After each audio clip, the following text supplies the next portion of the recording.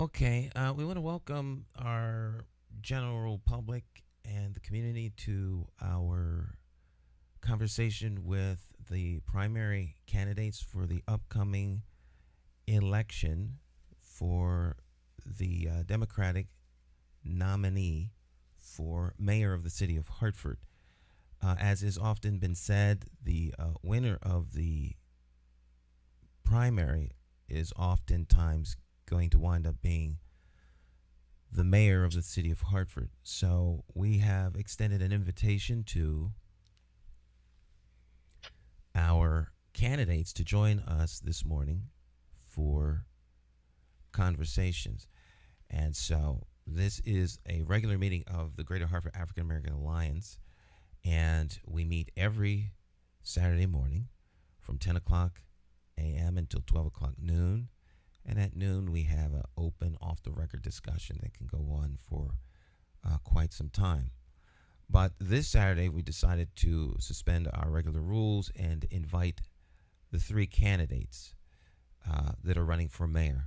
We're going to give each of them about 25 minutes or so to take questions from our membership. And we thank them for taking time out of their schedule to join us. So, with that, our first guest is Senator John Fonfara, and we will welcome him to our meeting. Good morning, Senator Fonfara, and thank you for joining us. Good morning, Stan, and good morning to all your viewers, listeners. I'm grateful for the opportunity to have a conversation with you and all those tuning in and listening today. I'm grateful for the opportunity. All right, thank you very much. You can have as much time as you would like for an opening statement, and then we'll go directly to questions from the membership. Great. So, born and raised in Hartford, grew up in Rice Heights Housing Project until I was 15 years old. Lived in the South End all my life. Continued to, as I said, a lifelong resident of the city. Went to local schools, Moylan, McDonough, and Bulkley High, a bulldog, as people remind me at the doors. And I've been representing Hartford for the better part of my adult life in the legislature. I spent 10 years in the House of Representatives and now 26 years in the Senate. I chair the Finance Committee, which has afforded me the opportunity to do, I hope, as most would agree, a lot of things for the city in terms of bringing dollars home and changing policies for the betterment of the city. I'm certainly grateful to my constituents who have supported me in that effort. And I've decided after all these years to run for mayor, not for glory, not for attention. I don't need that. I've never sought it. That's not going to change about me, although I will have to be far more social than I've been, in that the job of mayor demands more, many more meetings, or not meetings, but events than maybe as a state senator, although I have plenty of those myself. But I'm running because I see too many of our neighborhoods of Hartford declining, continuing to decline, poverty increasing, and in some neighborhoods where poverty is intense. And I see that city government continues to operate almost, not entirely, but almost the same as it did 30, 40 years ago. Today, we manage the symptoms that the city faces. And if I asked your viewers to name 3 or 4 or 5, I think it'd be pretty much the same, which is blight, crime, gun violence, disinvestment in communities, high taxes, roads that are not maintained well. Those are all symptoms of our poverty. And city government is focused on those and managing those as best it can. But until we address the root cause of those symptoms, which is the fact that so many of our neighborhoods are now at a level of concentrated poverty, which isn't just a place where a lot of poor people live. Concentrated poverty generates more poverty. If you grow up in a high poverty neighborhood, your chances in terms of your income in life being lower are greater. On average, your chances of being incarcerated are greater. Frankly, your lifespan on average is lower. And we're not focused on that. And if I'm mayor of Hartford, I will. And I'm sure there'll be questions about this, and I look forward to answering them. But I'll give you the 3 ways in which I intend to focus. Now, we will have to continue to do the things that local government does, but we will focus in a major way to reduce poverty. And the 3 legs to the stool that I intend to focus on, one is our education system, not solely the school system. I think we've been wrong for a long time, and I know this is the case, that every town in Connecticut, they turn the education of our children over to the school system. But there's 5 full years of a child's life, the most important years in terms of preparing them for the workforce, for college, for career, for opportunities to earn a decent wage, to go to own a home if they so choose, and do all of that in Hartford, not having to move to the suburbs to benefit from the higher income that they now are earning. And so I'll have an office of education at City Hall, and the job of that office will be to work to have eventually every child in preschool, every child entering kindergarten ready. These are things we're not doing right now in Hartford. There are some neighborhoods where the percentages are very low. Every 3rd grader reading, tutoring throughout each. There's so many people in Hartford, seniors that we saw yesterday, who have skills that can help our young people. We don't have to reach out further, although there are people in the suburbs that would love to come to the city and help as well. But tutoring, so young people see opportunities in terms of their education and their future, which we are denying too many of our children. And a small percentage, sadly, turn to what they see as available to them, whether it's entering a gang or carrying a gun or being on the other end of the gun. We can do better as a city. We have to skill up our workforce. There are millions and millions of dollars that are available, but we're not focused on young people believing that they can benefit from those dollars, from that investment. And lastly, investing in neighborhoods. So people begin to do better. They don't feel like they have to go to Bloomfield or Windsor or West Hartford or Wethersfield or East Hartford or Manchester. We export success stories from Hartford every day. And I want to reverse that, so people feel like their children can go to the school in the neighborhood. And I'll get into that aspect later, I hope, that they can own a home or have an apartment in a neighborhood that they can walk. They can send their kids to the park. I hear this at the doors. I hear this at forums, that the quality of life of our city is declining and people want better. I'll stop there. I thank you for this opportunity. Okay. Members, the floor is open. If you have questions, please raise your hand and I'll take them in the order that that you would like to ask them. For those joining us, our guest is Senator John Fonfara, who is a candidate for mayor in the city of Hartford, who is challenging the party endorsed candidate.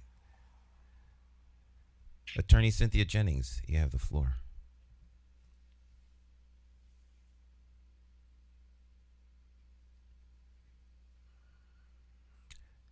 Good morning, Senator Fonfara. This is Cynthia Jennings, and I have one question for you. And I'd like to know, what is your history, your personal history of making change in Hartford around all the issues that you just discussed? What have you personally done? Why is North Hartford in such bad shape compared to the rest of the city? And what is it that you've worked on personally that will change what's going to happen in North Hartford? Thank you, Attorney Jennings. Appreciate the question. And I appreciate all the work that you have done and continue to do on behalf of the residents, not just of the North End, but of Hartford in general. I have spent my adult life and my career fighting to bring resources back. I'll name some of them shortly, but I'll say that even though I represent 65% of the city roughly, my work doesn't end at the border of my district. Most recently, I secured funding to bring 2 walk-in manufacturing facilities, not in East Hartford or in some other town, but right here on Park Street and Albany Avenue. The Park Street facility is open. The Albany Avenue, I think, is going to be open next week. And that will allow young people or people of any age to walk in. They don't have to get on a bus. They don't have to drive. They don't have to figure out how to find a place in some suburban town, but right in their neighborhood to be introduced to manufacturing. But I got additional dollars this session to expand that to where it's a clearinghouse. So we have multiple opportunities for job training. So you might go in there for manufacturing, but you might find that's not for you. But there are other aspects like the program that Senator McCrory and I started with Eversource to increase the number of Black and Latino linemen. There are so few Black and Latino linemen working for Eversource. And we went to work on that after Tropical Storm Isaias came through. And Senator McCrory said to me, John, when the linemen came through to repair put the power back on, none of them looked like us. So I said, well, let's go to work. And I found a apprenticeship program in New Hampshire that Eversource has at a community college. I went to Eversource, said, I want that here. Today we have that at Capital Community with CEO Duncan Harris, and he's working hard to recruit young people into that program. That's $100,000 plus a year. Now, I wouldn't want to be up on a pole. Many of us watching and listening today probably wouldn't, but there are people who will, and we need a more diverse workforce at the state's largest utility. That's just another example. But the clearinghouse is to provide maybe 15, 20 different types of jobs that would be available for training. But we have to recognize that there are people in our community that may not feel that these opportunities are available to them or that they would qualify. Duncan Harris has said to me, John, we go to recruit people for the program in barbershops and other places, and it's hard. And I've concluded from that we need that middle step of supporting, encouraging folks to see that they too can benefit. It isn't just somebody else that benefits from these programs. This past 2 years ago, I got funding to establish community development corporations because I see that there needs to be an organizational structure where the community takes ownership of its future. Too many poor neighborhoods, in most poor neighborhoods, the majority of the properties are owned by someone who doesn't live there. You don't see that in middle income or upper income communities. The vast majority, if not all, the properties are owned by people who live there. We can change that with the Community Development Corporation. There's $100 million available, Cynthia, for the Clay Hill area, which I represent, Northeast, Upper Albany. And there is, for the first time, a structure underway to create a legal entity to form a community development corporation in Clay Hill, in Clay Arsenal now, which I hope will spread to other parts of Hartford where poverty is the greatest. And then this past session, I passed the first of its kind in the state, resources to focus solely on the poorest census tracts of our state.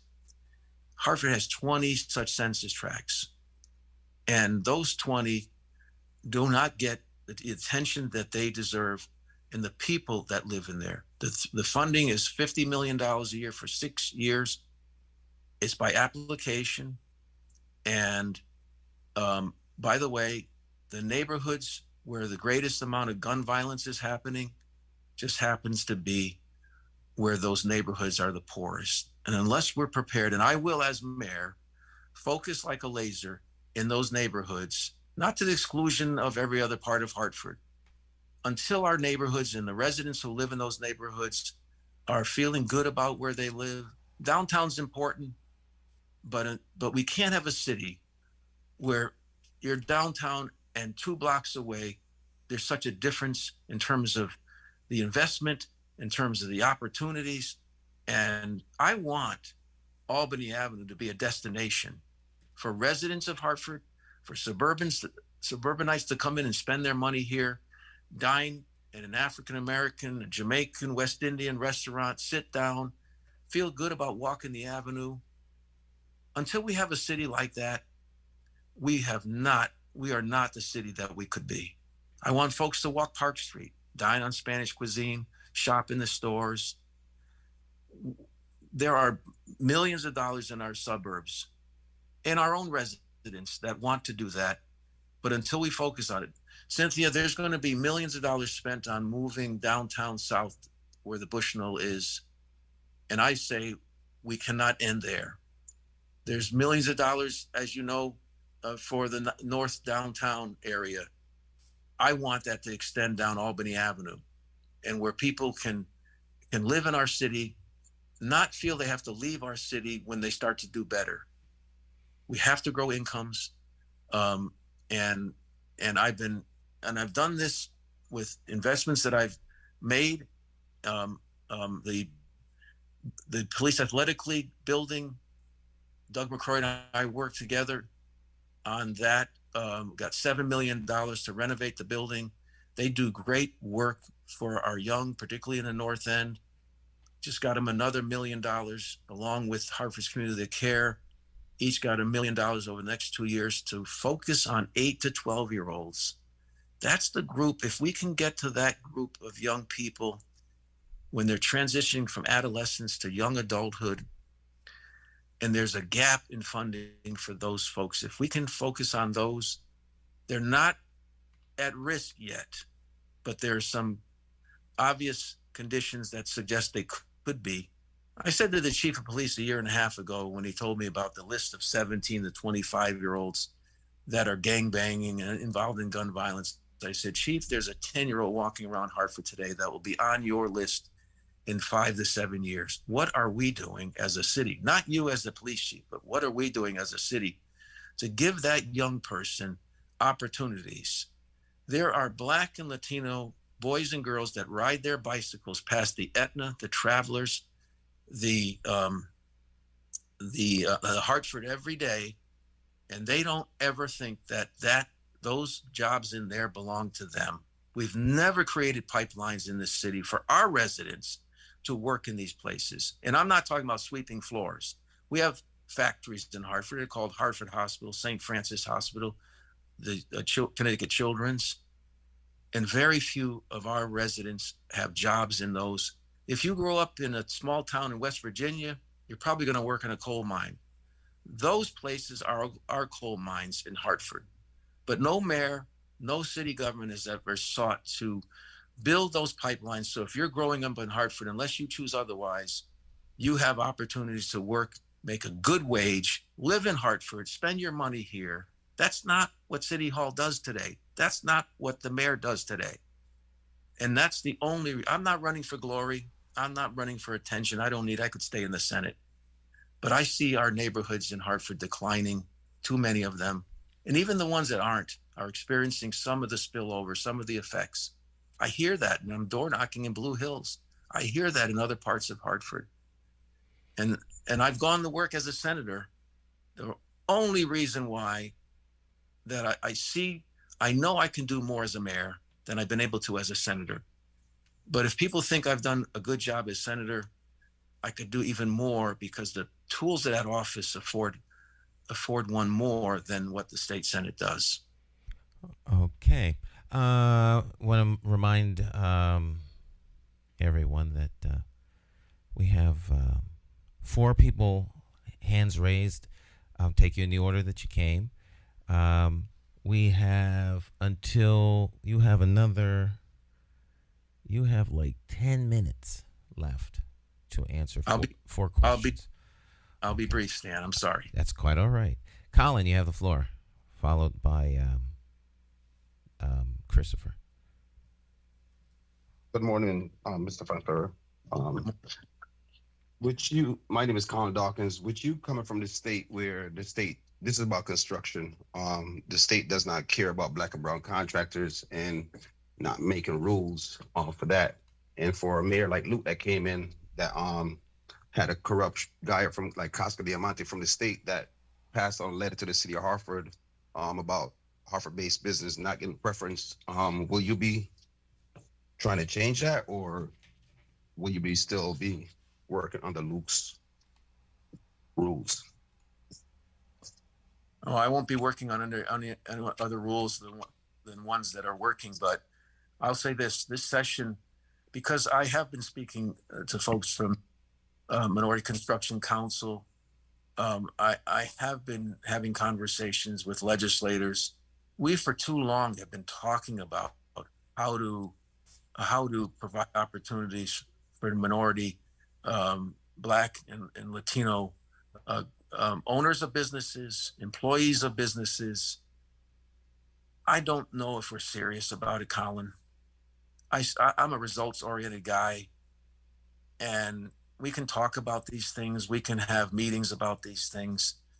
I even proposed a bill this year that it candidly, for whatever reason, it ticked off the one of the building trades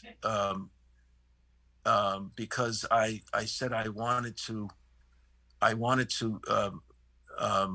create an environment where and a policy in our state where if the state is investing in projects that we would see joint venturing. If you're going to build a school, because Doug McCrory talks to me all the time, there's not one Black GC building a school in Connecticut. And I said, let's do something about that. And I put a bill forward to require that if you're going to build a school as a white contractor or whatever, that you're going to be joint venture with a Black or other minority contractor so that they can learn.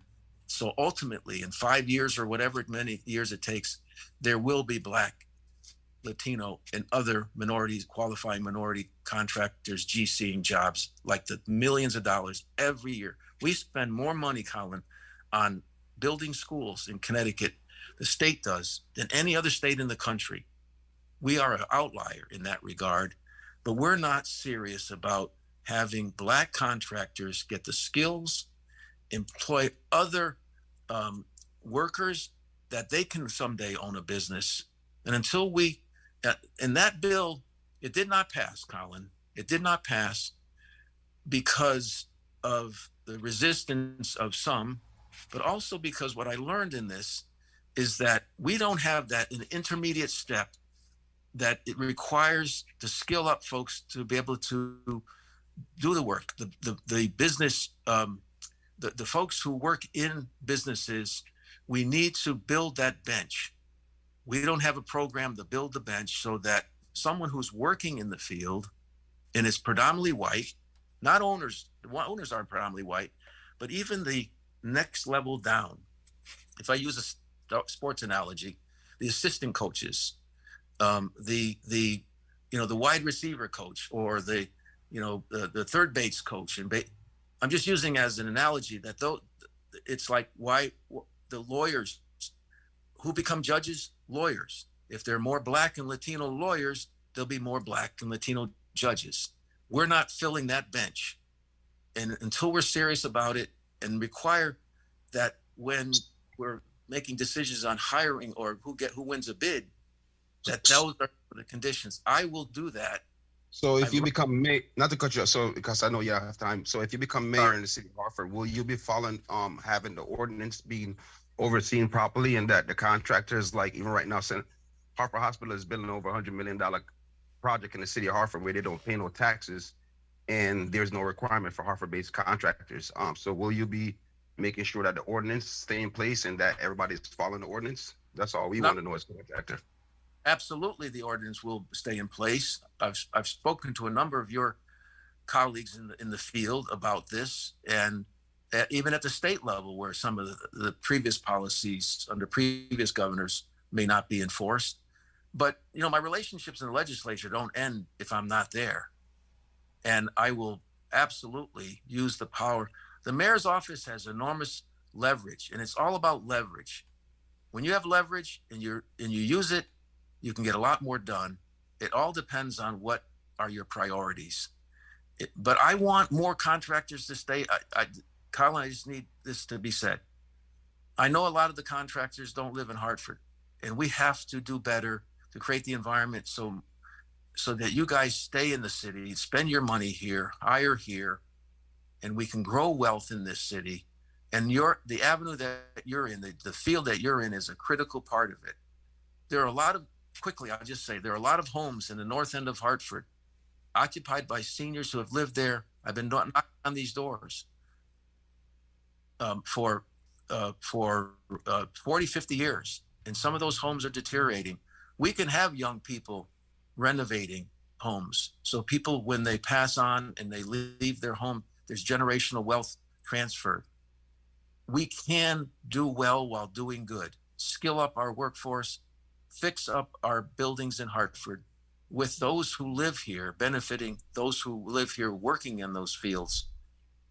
I'll say it again. Measure me by my results, not by my promises, by my results. Look at what I've done as a senator. Have the results warranted me being considered for the next mayor of Hartford? I'll leave that to you and others. But I think if you feel I've done that job as a senator, I think it says a lot about where I've been and says a lot about where I'm going or will be going if I'm elected as the next mayor of Hartford. Okay. All right. So we have a conundrum because the clock has expired and our next guest has arrived. Because we still have three people who have probably just as valuable questions. We do have what we refer to here as the after party. It starts at 12 o'clock noon. And so I will extend an invitation to you to come back at noon and entertain questions that people may have. But our time has expired. Invitation. Okay, so we look forward to seeing you later on, sir. Thank you very much for your time. Thank you, everybody. Appreciate the time today. All right.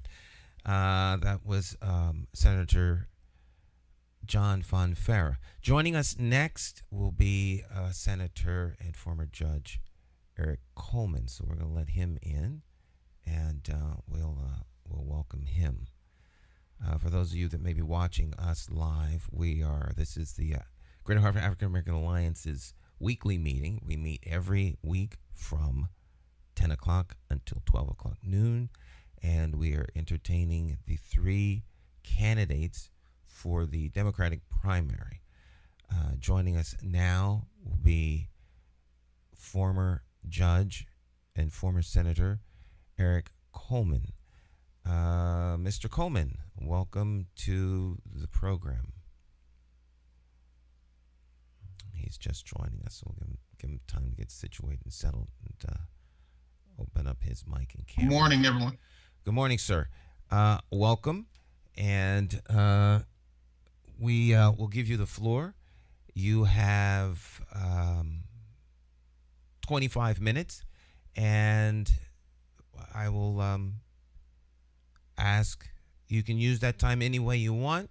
There are three people with questions in the queue already, and be mindful of your answers. Sometimes our guests get a little long-winded, and they use up all their time with two questions with 5 remaining. So you use your time any way you want. You will have the floor for 25 minutes. You could start off, please, with an opening statement, and then we'll go directly to questions from our members. Welcome. Well, hopefully everyone knows that my name is Eric Coleman, and I am very interested in becoming the next mayor of the city of Hartford. And my team and I are working very hard to achieve that objective. We're intending, and I think we have to this point, offered a very issues-oriented campaign, and we'll continue to do so. We are on the ballot for September 12th. So we'll be working hard in order to achieve a victory in that primary. I want to be the mayor of the city of Hartford because I care about Hartford, and I believe I have the public service experience as well as a lived experience, which is very similar to that of many of the residents of the city of Hartford.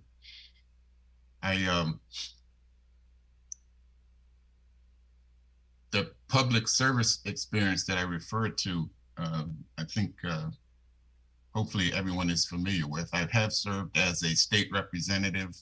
I've served as a state senator, and most recently I served as a Superior Court judge. I retired from the judge's position in November of 2022.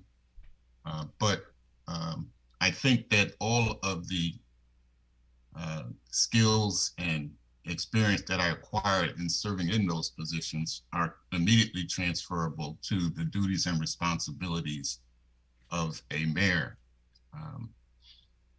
And I would sort of distinguish myself from the other candidates in as much as I have the lived experience that I've mentioned, but I also having a demonstrated ability to get things done, and particularly in the way of public policy. Most notably, I was the lead person in the effort to repeal the death penalty in the state of Connecticut. I also was the chief sponsor and the author of legislation that addressed the excessive use of force by law enforcement. And that bill was actually a precursor to the bill that was passed recently that had to do with police accountability. There are many other pieces of public policy that I'm proud of that I'll share with you very quickly. Racial profiling. I co-authored the first hate crimes legislation. And there was a bill that I co-authored with Mary Mashinsky that required all municipalities in the state of Connecticut to observe Martin Luther King Day as a state holiday. There are so many things that I've been involved in. Notably, I was the chair of the Judiciary Committee, but to be very candid and honest, it's been 4.5 years since I served in the legislature, and I've probably forgotten about many of the initiatives and accomplishments that I've been involved in as a legislator. But I'm reminded on a daily basis of my contributions to the city of Hartford. When I travel along the streets of the city of Hartford and I see the Artists Collective building, which I had some hand in securing the funding for the construction of that building. Similarly, the Community Health Services building and the renovations to Rawson School. As meaningful as my time in the state legislature and my time on the bench are, it has occurred to me lately that those positions were merely preparation for my service as the mayor of the city of Hartford.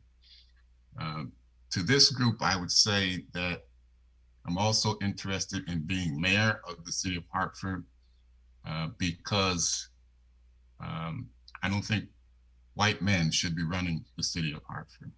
We have a white mayor at the present time. We have a white town chair.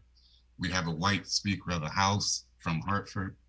And for my money, the only one worth anything is the Speaker of the House.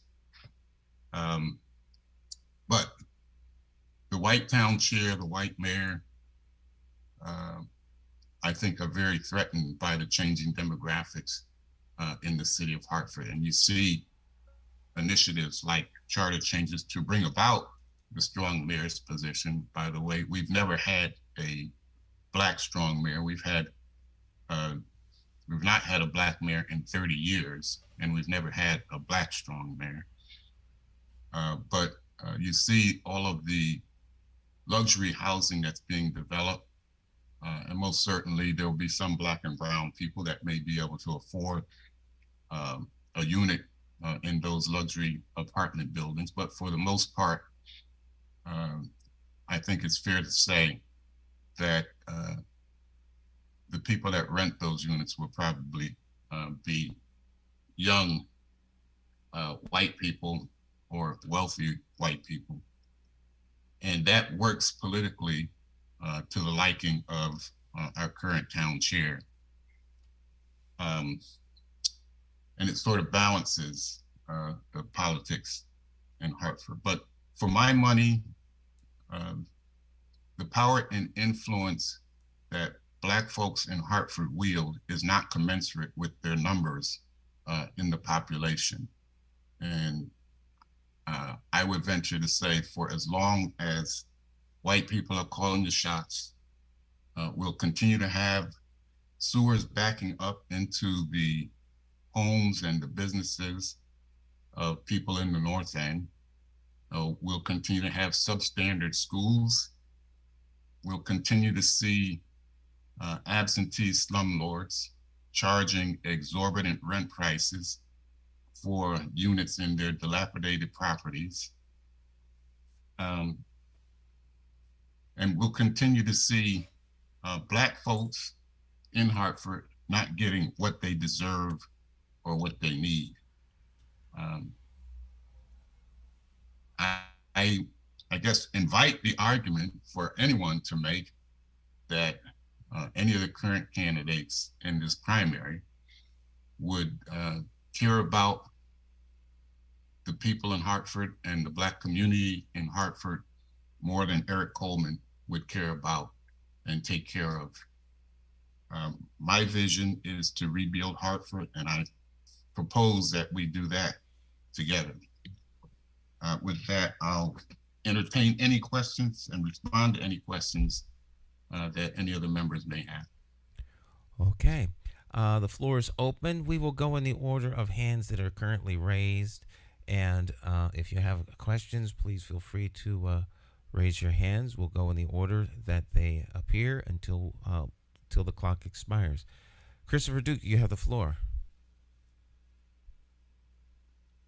Good morning, Mr. Coleman. Good morning, Chris. Good morning. My question, I'm sorry, I just ran upstairs from the basement. Yeah, anyway, my question for you today, sir, is what is your understanding concerning the depth and breadth of police misconduct in Hartford, which is a symptom of corruption and poor leadership? And if elected mayor, what effective steps will you take to provide assistance and protection to your constituents regarding this issue? So as far as my observation and experience has been, there is considerable corruption in the Hartford Police Department. And I'll go back as far as the Aquan Salmon incident, which I think was misconduct on the part of the police. At least one police officer was wrong in shooting the young teenager, but I think there was considerable cover-up with respect to that incident by other police officers and the police administration in general. We've seen a sufficient number of incidents of police misconduct. I can think off the top of my head of a police officer actually kicking a detained handcuffed person who was kneeling in the face. I can think of an incident where a ranking officer ordered his subordinate officers to arrest or harass anyone that was appearing on the streets of downtown Hartford if they weren't wearing a tie or a suit. So what I propose is a reformation of the Hartford Police Department. I think that effort has to start at the top. We need a police chief who's going to lead by example, who's going to uplift the morale of the police department, but also bring about a certain amount of discipline among the officers that will result in respect for the citizenry of the city of Hartford, all the citizenry of the city of Hartford, and to bring about actually fulfillment of the mission of any police department, and that is to protect and serve. I'm proposing an enhancement of community policing, and by community policing, I mean the citizens in the community having some input into the policy making of the police department and the strategies for law enforcement in the city of Hartford. My vision of the Hartford Police Department under a Coleman administration would include foot patrols and considerable interaction between police officers and the residents of the community. I don't believe that the police can do an effective job unless there is some kind of partnership and some kind of trust between the Hartford Police Department and the residents of Hartford. So hiring and considerable attention paid to the temperament of a prospective police officer would be very important. Appointing a chief who has ideas and approaches that are consistent with mine would also be essential. Hope that answers the question, Mr. Dukes. If not, I welcome you to follow up with your question. It does. Thank you very much. And I'd like to move on to our other folks who have questions for you. Thank you. Thank you. Thank you. Bridget Prince, you have the floor.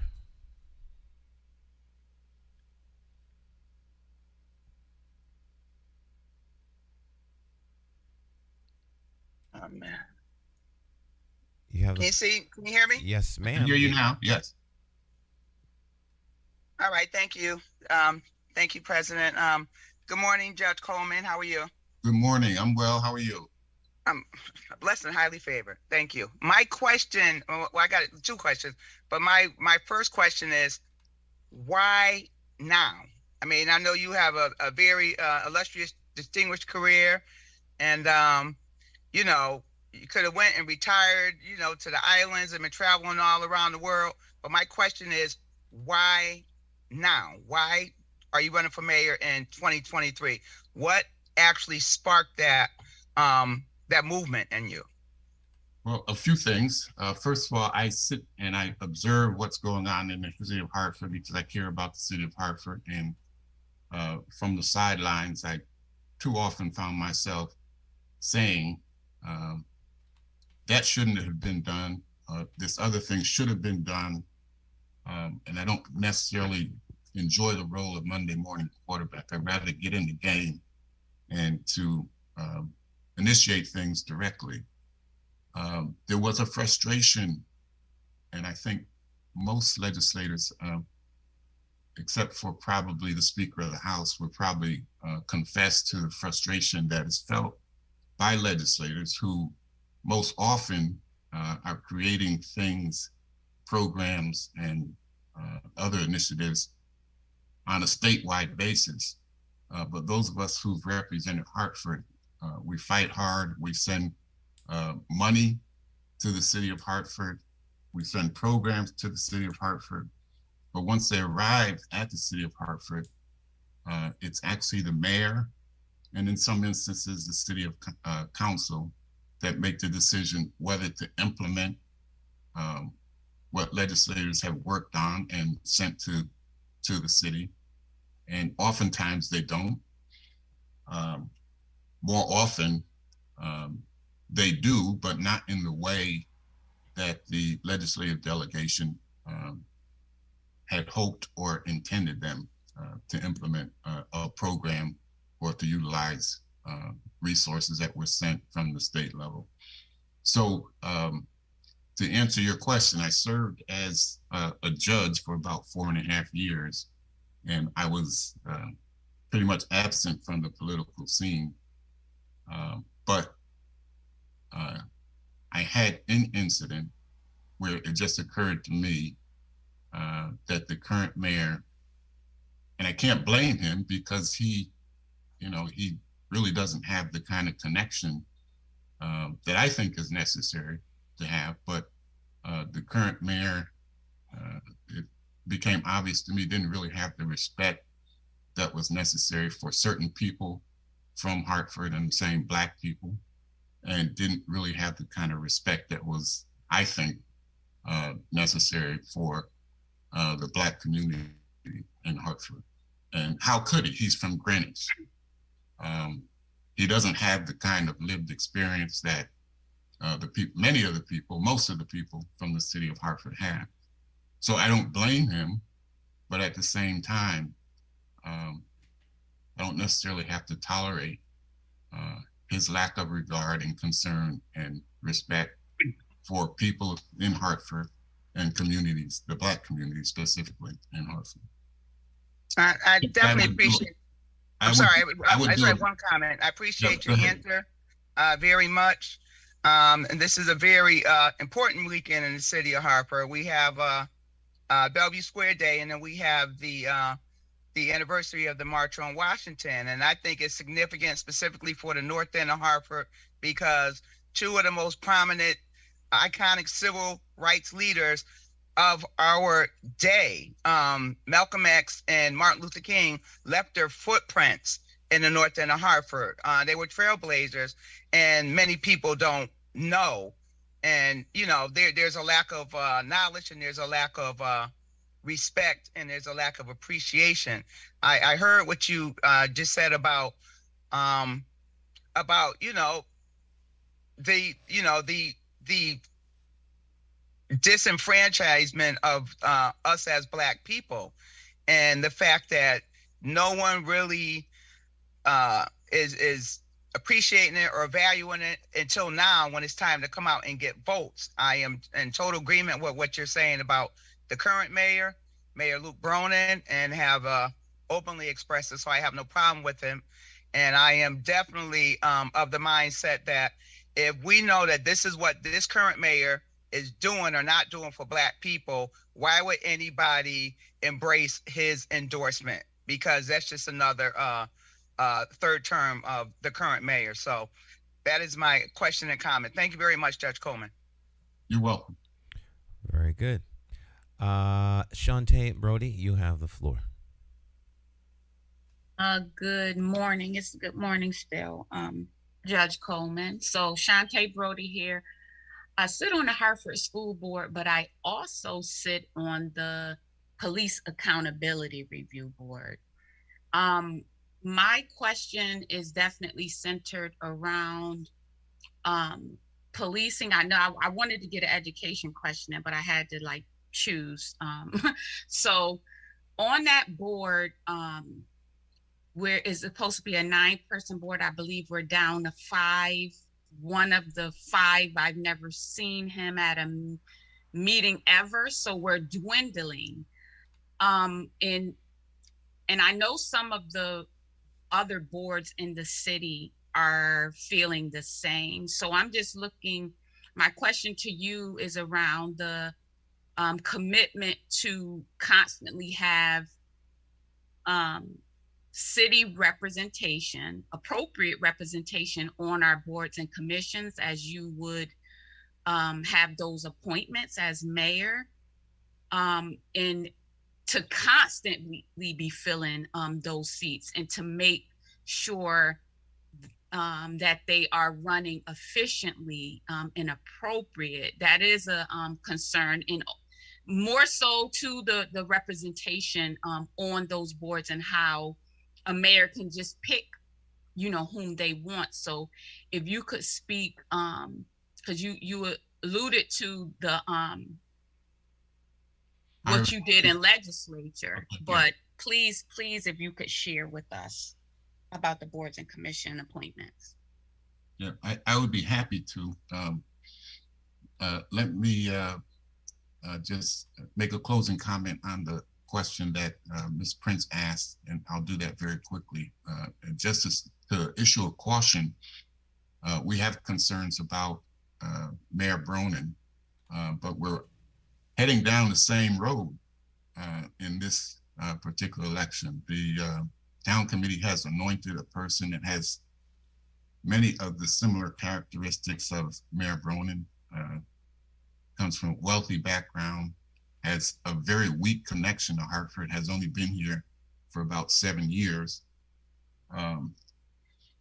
And to respond to you, I think a lot has to take place in partnership with the community. As mayor, before I make any appointments, I would invite the input of members of the community to help assess the conscientiousness and the diligence and the accessibility and accountability of any person that is seeking appointment to any board or commission that the mayor has any authority or decision-making authority to appoint.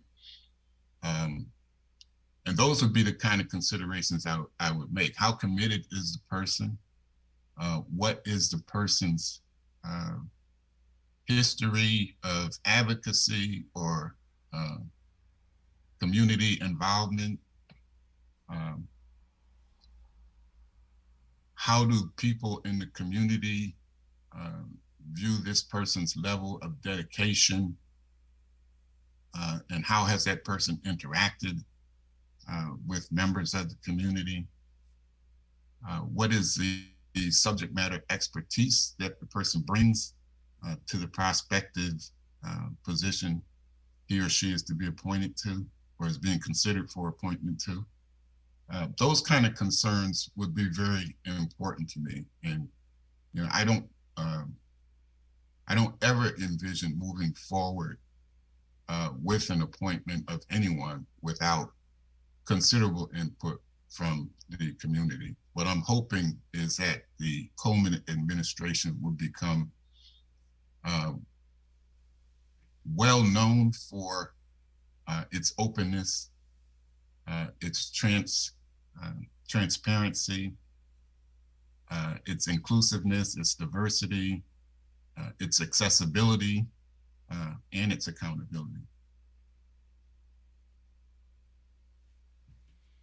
Thank you. Okay. You're very welcome. Colin Dawkins, you have the floor. Good morning, Mr. Coleman. Good morning, Mr. Dawkins. How are you, sir? I'm all right, so I already talked to you about construction. I know you understand certain things about it already. So I'm just gonna give somebody an opportunity, because I know you're gonna do the right thing for construction. So we'll talk some more, but I'll give somebody an opportunity to ask a question. All right. As far as construction is concerned, I'm depending on you. Gotcha. Okay. Sherry Frazier, you have the floor. Hello, Mr. Coleman. How are you? Good morning. How are you? Fine. Mr. Coleman, 06120, zip code 06120 and 06112 is the reason why why Hartford received enough funding. I'm concerned with and part of that funding, the two parts that I'm concerned with is the policing and the school system. Okay. the community is looking at both areas and is uncomfortable with no changes. It's the same thing. It's the same routine. People get in there, they say X, Y, Z. They're going to do X, Y, Z, and they do absolutely nothing. And then when you bring to their attention things such as the policing right now, the demographics, them firing 2 new Black police officers that just got hired. And when you ask them, okay, so why did you fire the 2 police officers that you recently hired? Oh, they didn't fit in. They were looking at their phone more than talking. How can you fire someone for not interacting with you? The comfort level isn't there. And with the school system not fitting the community, our school system, our police system do not represent the community. What would you do, or what changes would you make?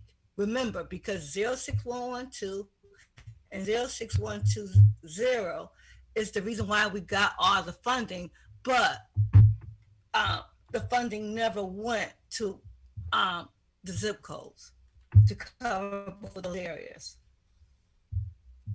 Yeah, so I'm not sure what funding you're referring to. Okay. Generally speaking, I think that you're probably accurate.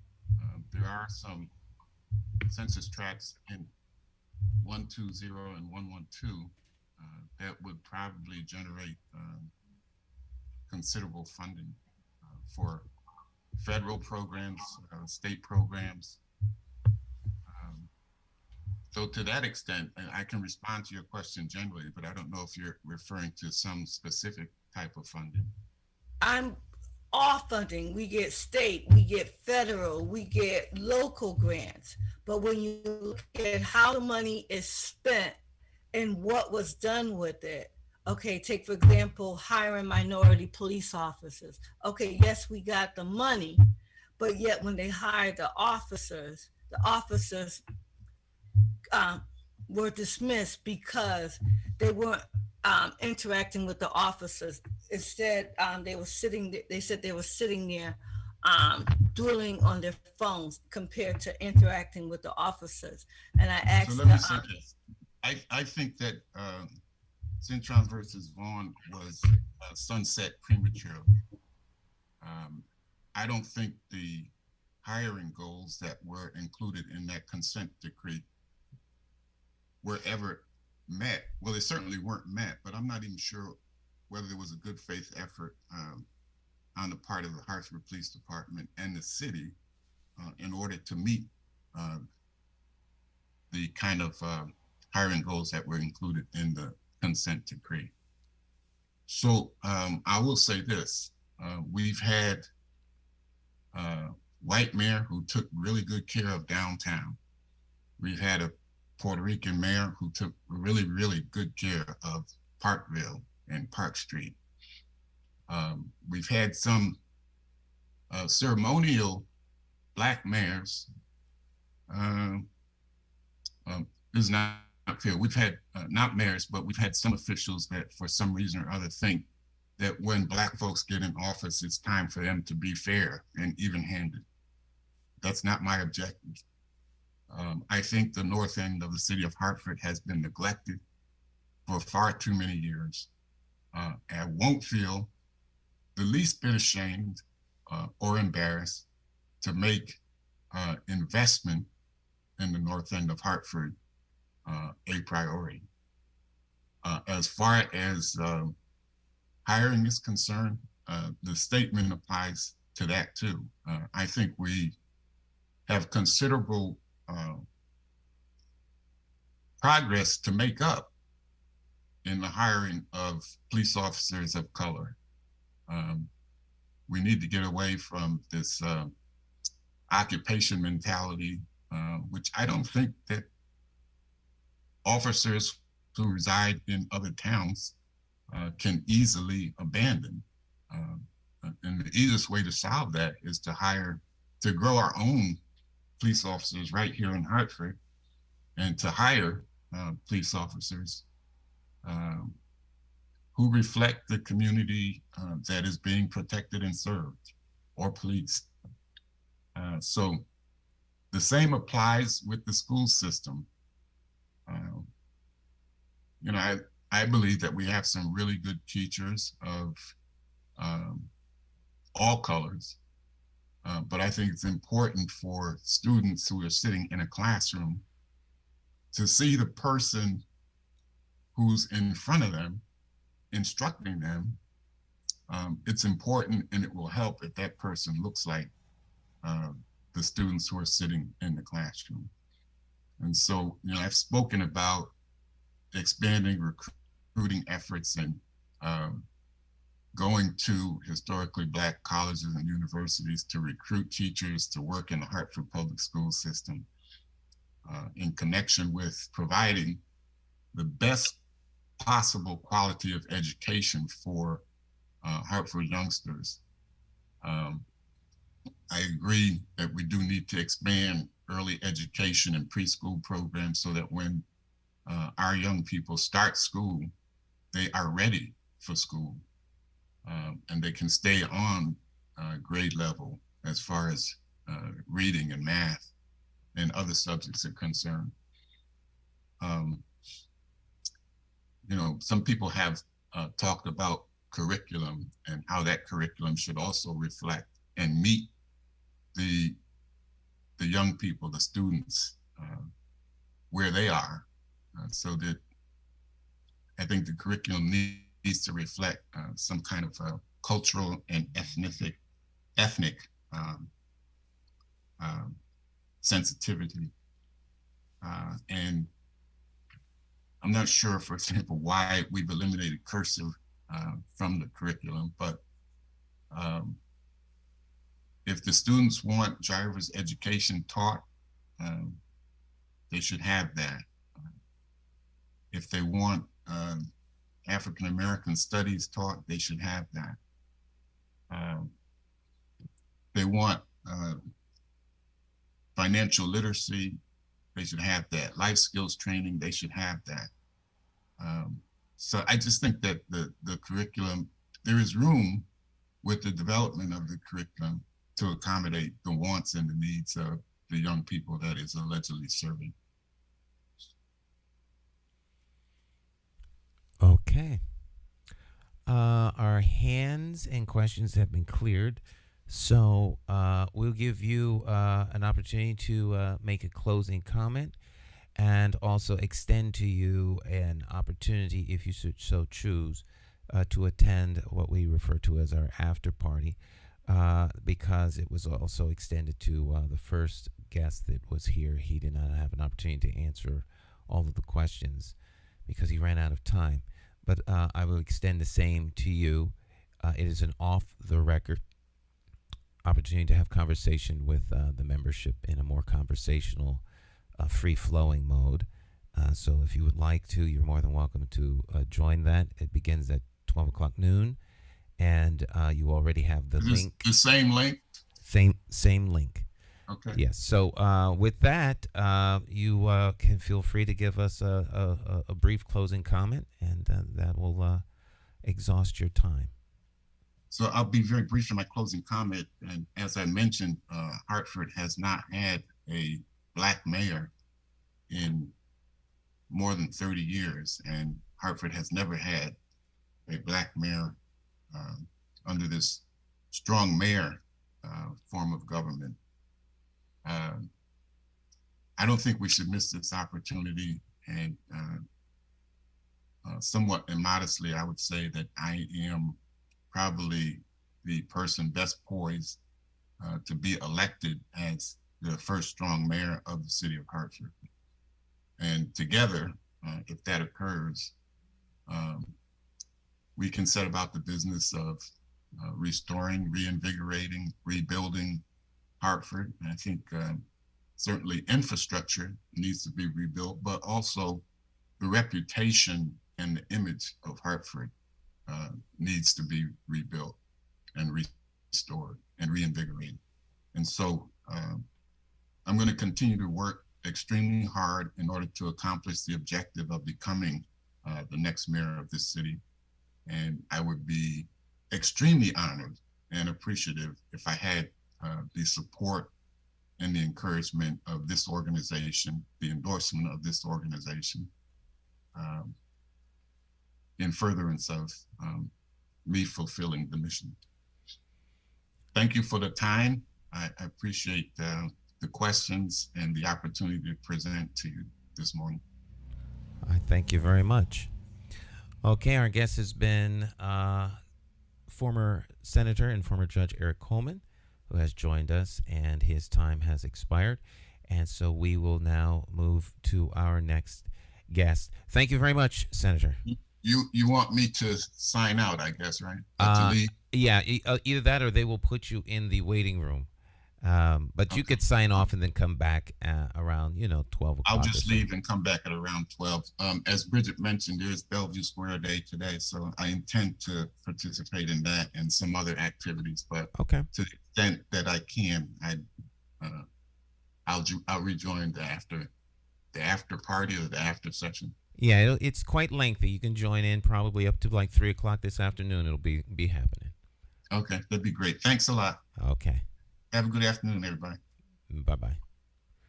Okay, we're going to admit our next guest to the meeting. Want to remind those people who are watching us online that this is the weekly meeting of the Greater Hartford African American Alliance, and we meet every Saturday morning from 10 o'clock until 12 o'clock noon. And this Saturday we have suspended our rules so that we can hear from the 3 people who are running for mayor of Hartford in the upcoming Democratic Party primary. The way the primary works is there is an individual who has been endorsed by the town committee, and if there are challenges to that endorsement, we have people petition their way onto the ballot. We've heard from the 2 individuals who have petitioned their way onto the ballot, John Fonfara, followed by Eric Coleman. We're now going to be joined by the endorsed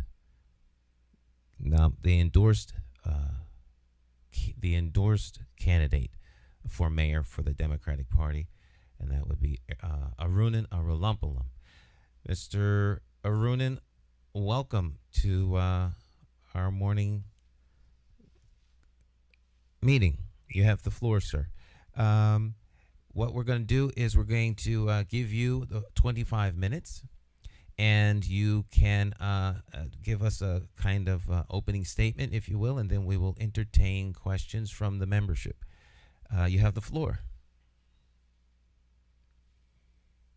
Thank you, Stan. I appreciate that, and it's great to be with the Alliance. I appreciate you guys giving me the time to do this. My name's Arunan. I live in the Frog Hollow neighborhood in Hartford, and I'm the CEO of the Hartford Land Bank. I'm raising 5 kids in our neighborhood, and I think a lot about neighborhoods like mine, neighborhoods that have been dealing with decades of disinvestment, and the opportunities for generational wealth creation, the opportunities for educational opportunities for jobs, and the ways in which those cycles tend to be cyclical and have persisted for decades with the same leadership and a lack of urgency for the problems that we are facing that make a difference in families and make a difference in neighborhoods like mine. And so my plan as mayor is centered around investment in neighborhoods, in building housing and home ownership that can lead to generational wealth creation. And that's something we've done at the Land Bank, where we take vacant and blighted properties and work to train Hartford residents to invest in those properties, to take on those properties, to have access to capital to redevelop those properties, and to try to build home ownership, both quality housing and home ownership on the back end. I want to rebuild our commercial corridors. I'm out door knocking in Blue Hills right now, and we launched our canvas from Albany and Woodland, and I think that neighborhood, that corner is so indicative of so many of our commercial corridors in the city that for so many years were thriving and growing small businesses as a backbone to the economy. And now institutions like the Artist Collective that are a gem and that have such great history and such great potential are floundering, sometimes because they're the only one of their kind in a neighborhood, and we haven't built a concerted effort to build a small business infrastructure around them to allow Hartford residents a chance to own and create businesses in the city. And so one of my proposals is to create a capital fund that is only for Hartford residents, that Hartford residents can tap into to start businesses, start small businesses, or build home ownership in formerly redline neighborhoods in our city. I have also talked a lot about quality of life on this campaign trail, and the ways in which trash and mattresses on sidewalks and rodents in our streets and noise complaints have such an impact. Broken sidewalks have such an impact on psychology of our neighborhoods and what we are communicating about the dignity and respect we have for our residents. And I want to be a mayor who is really on top of quality of life issues, and that shows the city that we can do the small things well. Because I think if we want people to believe in what's possible in the city, if we want them to believe that we can do the big things, we've got to do the small things really well. And third, I want to be somebody who is really active in what our future looks like for our children. I've got young children who go to public school in the city, and I care about what happens between the hours of 8:30 and 3:30 in the school system during the school day and our educational system. And I think when you got 5 votes on the Board of Ed as a mayor, you can't wash your hands of what happens day to day in our school system, and you need to be held to account for our educational system. But I also want to create safe spaces for our kids to go to after school, to reopen our neighborhood schools in the way that they were at one point in the city, and create really robust sports and rec programs and music and arts education. And then, in the evenings in our schools, and then all summer long, to allow for kids to have real engagement with adults in each neighborhood, to have a community center where kids can go to after the school day is over, and where their parents know that they're safe, where kids can be kids again, and have a real alternative to our streets. And so I care about the future of the city. I think I've got the experience to be able to run the city. I don't have a long legislative history, but prior to serving at the Land Bank, was deputy commissioner for the Department of Consumer Protection in the Lamont administration, where I oversaw an agency with over 200 employees and over $50 million in revenue. And I think I'm the only person in this race with real executive experience in managing a government organization, dealing with labor unions, managing division directors, working on legislative issues on behalf of the executive branch. And I think I've got a heart for this city. And I would be really honored to serve as your mayor. And I'm looking forward to the questions. Okay, thank you very much. We have 3 on deck. Be mindful of the length of your answer, and people be mindful of your of the length of your questions. Christopher Duke, you have the floor, sir. Thank you. Good morning, sir. My question is, what is your understanding concerning the depth and breadth of police misconduct in Hartford, which is a symptom of corruption and poor leadership? And if elected mayor, what effective steps will you take to provide assistance and protection to your constituents regarding this issue?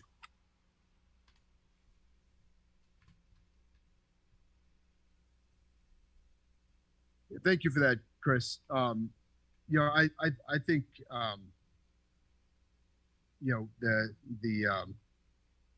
the consent decree on Citron v. Voss, allowing that to lapse was a serious misjudgment, and I think that we've got a lot of work to do when it comes to police accountability and ensuring that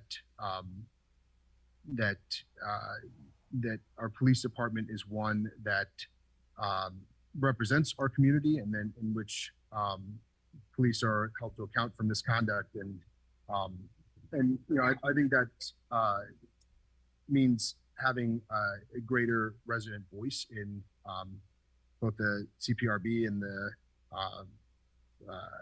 PARB, and also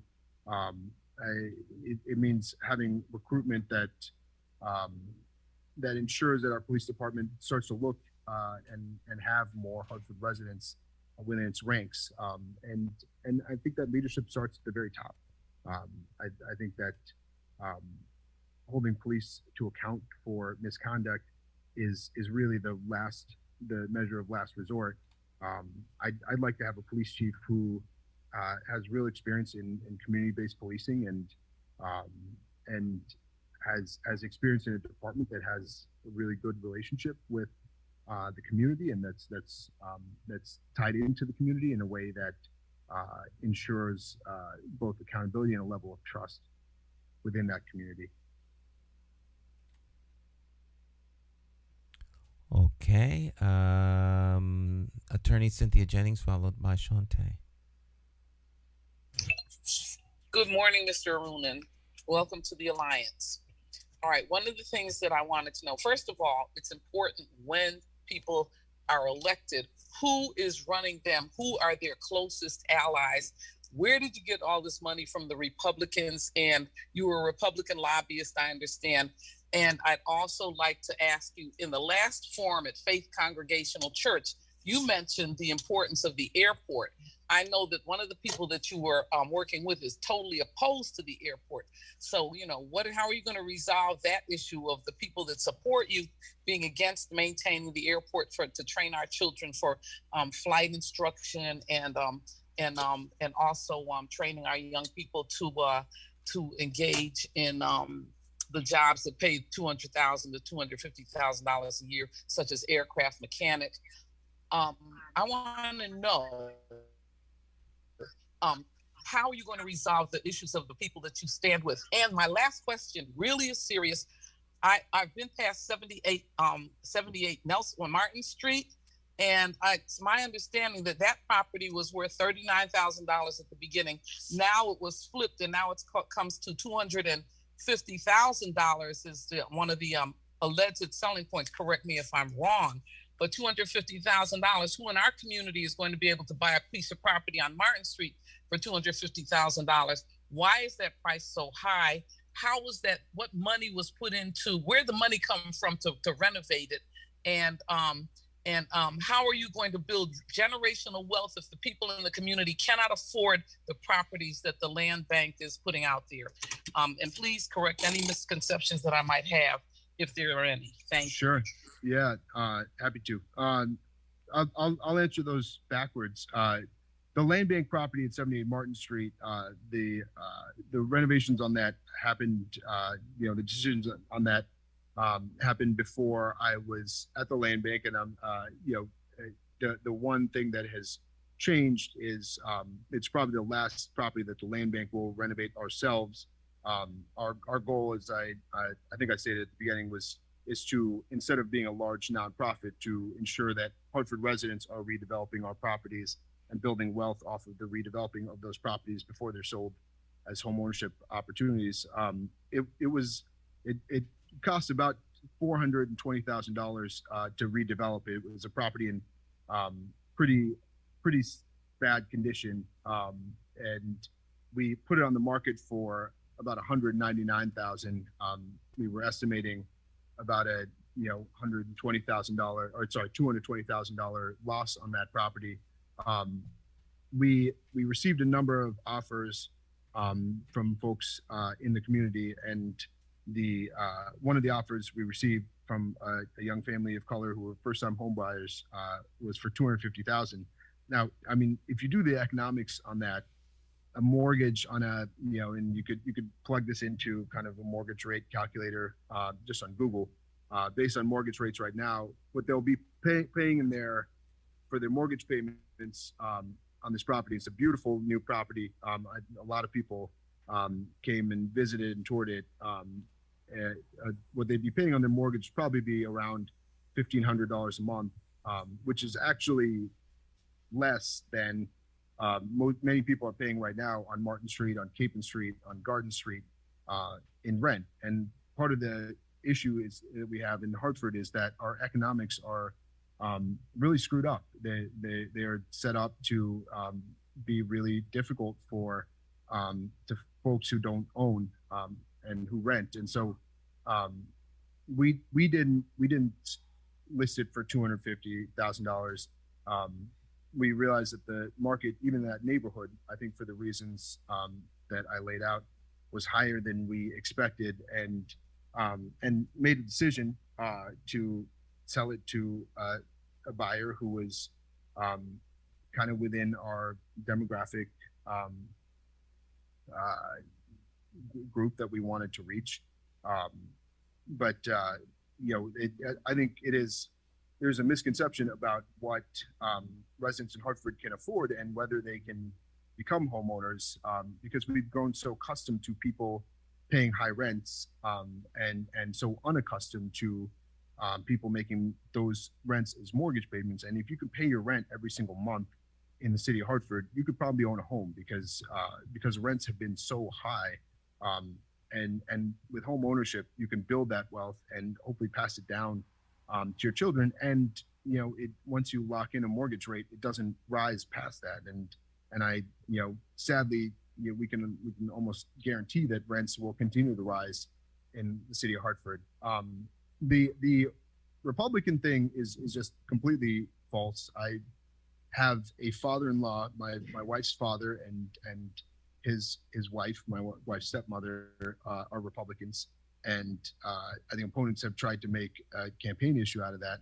I was never a Republican lobbyist. I was never a Republican. When I was working in my 20s at a law firm right out of law school, paying off student loans downtown. For a brief period of time, that law firm lost their lobbyist. They went to work for someone else, and they'd asked me if I'd fill in for a few months at the end of session because I had spent some time working on campaigns and had some relationships there. But I registered for that session and worked for about 3 months as a lobbyist, but that was certainly never my profession or my bailiwick. And it is, I think, I wouldn't characterize myself as a lobbyist. Certainly have never been a Republican. And you can go through my campaign filings, and both the Hartford Courant and Hearst have kind of, myth busted or, fact checked some opponents on who have said that. But it's pretty clear that aside from family members, I don't have Republican contributors on my list of contributions. I raised my money the old-fashioned way. I just kind of went through my phone person by person and had, asked every single family member I knew and every single colleague I knew and every single friend I knew if they would contribute to this, because I really believe in this. And I hate fundraising. I think all candidates do. It's the worst part of the job. But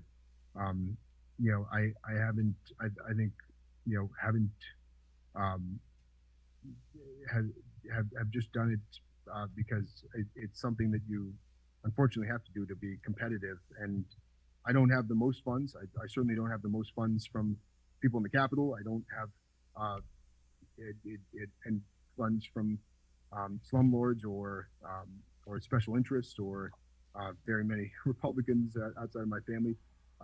But I think I exceeded expectations the same way that I did in the town committee fight, just by organizing and putting work into it and reaching out to people one-on-one. And that will be the kind of mayor I am as well.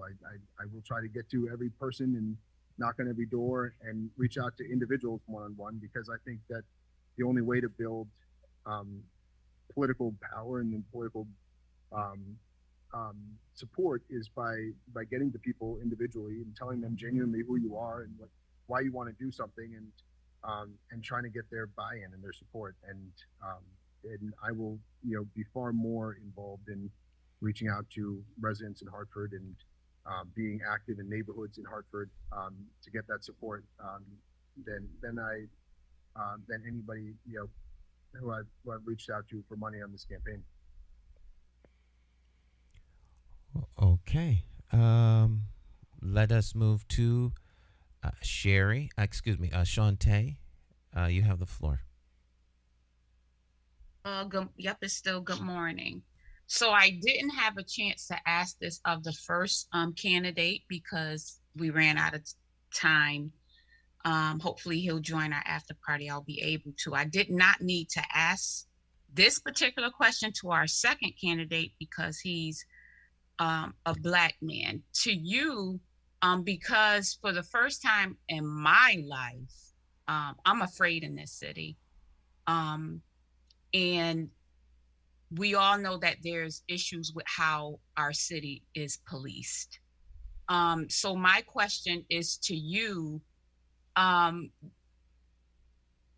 a Black person, is a feeling that we see, we experience when we interact with police officers, not just Hartford police officers. And I'm not saying every police officer I've interacted with has been negative, but I've seen some things that I know do not happen to white people when they're policed by their own. So my question is to you, as mayor, how are you going to make that connection to know how we feel, our experiences, because you'll hire a police chief, or you'll leave the same one that's there. But what are you going to pull upon to know how we feel in our experiences, to have a police force that is respectful of the residents that they are to serve and not manage, like that they are to serve us? So that's my question.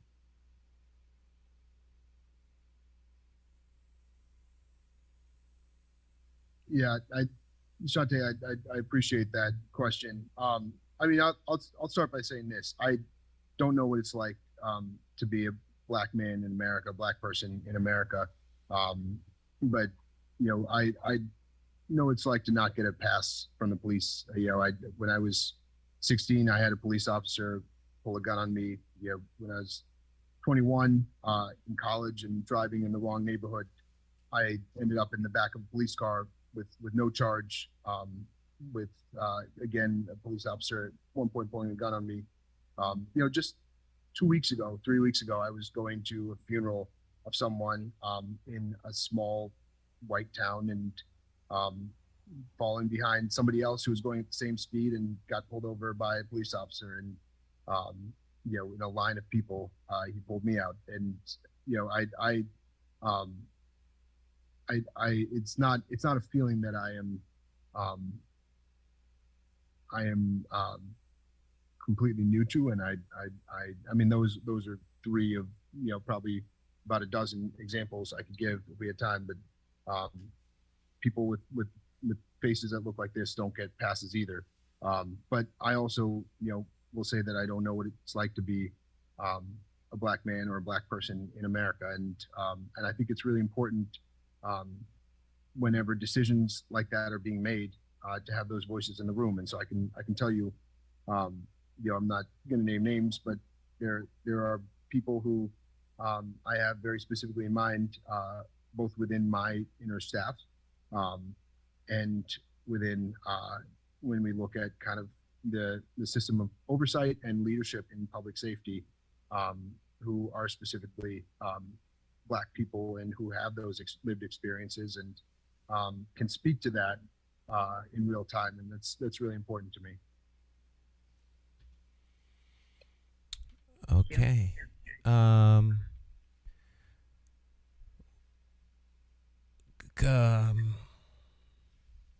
We have three questions. We have three people who have questions. We're gonna end with these three. Please make your question a question and not a commentary, so that we can end on time. and under the so that our candidate does not run out of time. Sherry, you have the floor.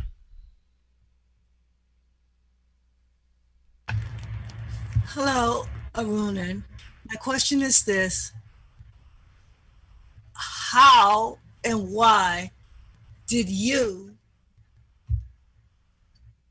choose to run for the city of Hartford as mayor? How and why? What possessed you? How and why? What was your sole purpose of running for mayor for the city of Hartford? What changes did you see that needed to be made? That's a really good question. Thank you, Sherry. You know, I look at my street where I have the only single family home in a neighborhood with a 7% home ownership rate.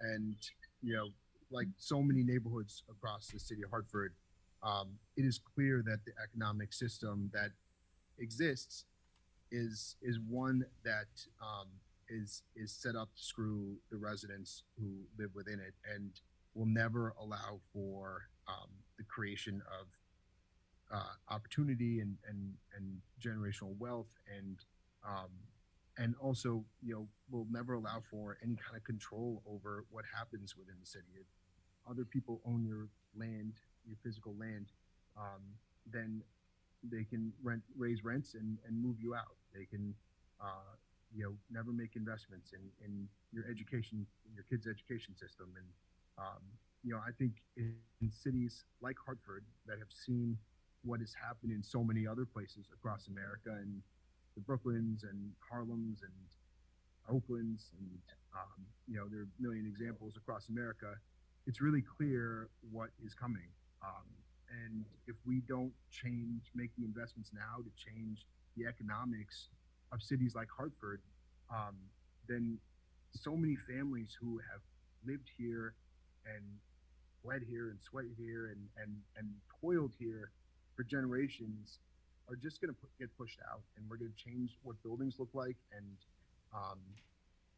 what communities look like, but we're not going to in any way fundamentally improve the lives of people who live in the city. And I thought about the Hartford that my kids are going to grow up in. I thought about the Hartford that so many of my neighbors' kids are going to grow up in. And I really hope that Hartford charts a different path. I really want Hartford to chart a different path, but it takes really aggressive and specific intervention, I think, and a kind of investment in changing the economic model. And I know that that's not a sexy campaign point, and I know it doesn't, you know, go on a flyer well, and but I think we've got to be really serious about what the economics look like for Hartford residents, and whether we are just plugging holes for today and for the problems that are right in front of us, or whether we're changing fundamentally what the economics look like, so that in 15 and 20 years, we aren't having the same conversations, and our kids aren't having the same conversations, and grandkids, and that we really create a vision for a different vision for what's possible in the city. Okay. In being fair, everyone had 25 minutes. Our time, it has expired. Excuse me, Mr. President. He never answered my last two questions. About the airport and about who are his supporters that are against the airport, and how is he going to resolve that?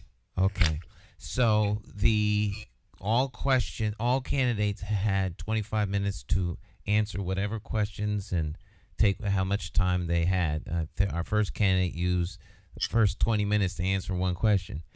And so what we still, the time allotted is the time allotted. Having said that, we have given an opportunity for the candidates to return if they so choose after we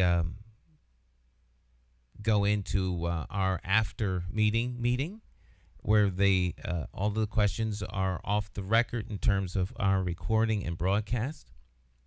So, Mr. Arunan, we extend the same question to the same opportunity to you to do so. We'll give you a short opportunity to make a closing statement, and then we will go on to Mr. President, can I just say that how can we have candidates come, not answer the question, and then get to go? I'll tell you what, Cynthia, I will forego my closing statement. I'll answer your question instead. Thank you. And there was a number of questions, and I think I lost sight as I was answering them. Look, on the airport, I don't know who specifically you're referring to, although I can guess, and I think that nobody who was a part of my campaign when I started this campaign and through the first, probably 6 months of this campaign, what really felt strongly one way or another about the airport. Yes, I think the airport has a potential to grow some jobs. I think there's no way that the 10 to 20 jobs that could be created by that it could be the backbone of the kind of response on jobs that we need in the city of Hartford to deal with the level of unemployment that we have. And so I think I see benefits to keeping the airport open. I think that it in a city with 19 square miles, half of which is untaxable, you can't rule out Okay. there's a better use for any land. Oh, you're waiting. But am I at time? No. So. But go ahead. Okay, so. Be respectful. So I think you've answered the question. I don't know if satisfactory to the person who posed the question, but we can have that discussion if you want to come back or stay after we end. We can have that discussion ad nauseum. But the 25, it would be unfair to the other candidates I'm trying to be as fair as I can to give everybody 25 minutes. So we will, your time unfortunately has expired. And so we thank you very much for coming and taking time out of your schedule. I know you're very busy, as are all the candidates, to share your vision and to talk to our members and to ask the questions of those who are able to pose them. And we extend the invitation to you. You're welcome. We extend the invitation to you to join us in the after party. That's where we have an ongoing conversation. They are generally very lengthy, so if you want to come back at any point between now and probably 5 o'clock this afternoon, at the minimum, someone will be here. You can use the exact same link that you used to join this program, and you can answer all kinds of questions and exchange, and it'll be a little bit more free-flowing and more, how shall we say, unhindered conversation by a moderator. So you can come and take part in that. The other candidates may be present as well. Maybe we'll have a real good debate. It's off the record though. It's not going to be recorded or shared with the public. So with that, thank you very much, Mr. Arunan Arulampalam, who is the candidate who has been endorsed by the Democratic Town Committee. All right. So with that, we will also thank our audience for joining us and ask them that to know that the African American Alliance is here. And if you would like to join us at any time, you can feel free to do so. We're here every Saturday morning from 10 until 12 o'clock noon. And we encourage you to join us. Thank you for joining us.